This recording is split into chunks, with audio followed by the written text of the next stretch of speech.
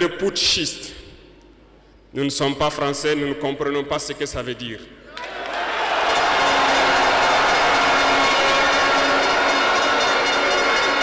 Et les valets locaux, qui sûrement ne comprennent même pas le sens profond du mot, nous appellent aussi putschistes.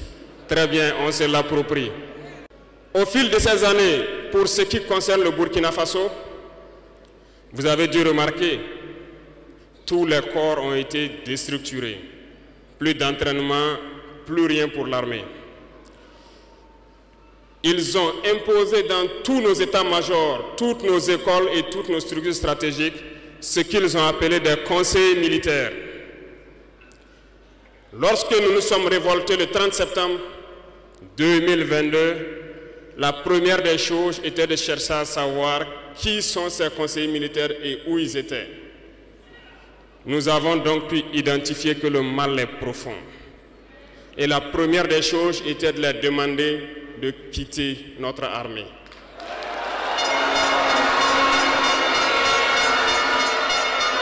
Ils sont partis. Et ce que je vous disais il n'y a pas longtemps, vous ne pouvez pas espérer retrouver votre objet perdu en faisant appel à celui qui vous l'a volé de venir vous aider à le chercher.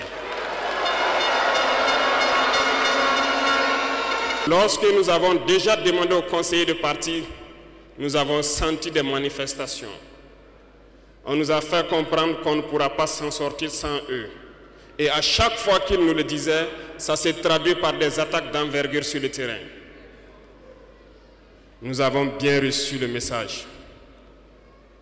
Lorsqu'à l'orée de l'année 2023, nous avons décidé de dire donc aux forces étrangères présentes ici de partir parce que nous voulons lutter en burkinabé.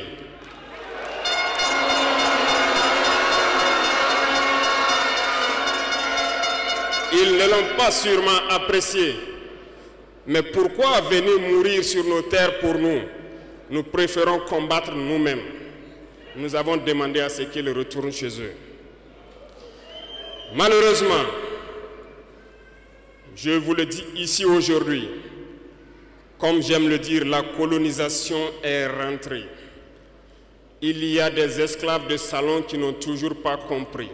En son temps, des officiers militaires nous ont écrit et nous ont approchés pour nous dire que c'était une très mauvaise décision et que nous n'allons pas tenir 2 mois.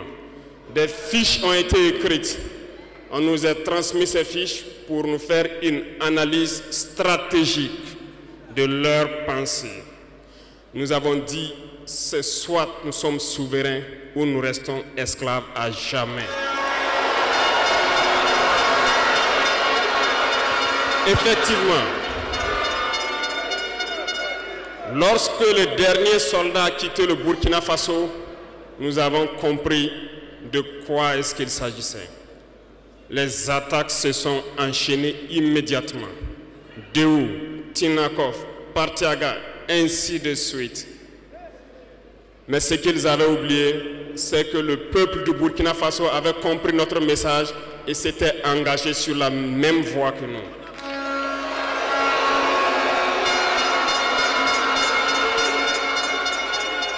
Nous nous sommes réorganisés rapidement et subitement, nous avons constaté que toutes les cellules dormantes terroristes se sont réveillées au Burkina Faso. On a réorganisé l'armée au plus vite, à une vitesse inégalée. Nous avons créé plusieurs unités et même si plusieurs autres sont à venir, nous les avons équipées. Et aujourd'hui, cet équipement se poursuit parce que dans les jours à venir, les mois à venir, ce que vous allez voir venir au Burkina Faso doit faire de notre armée une puissance à craindre.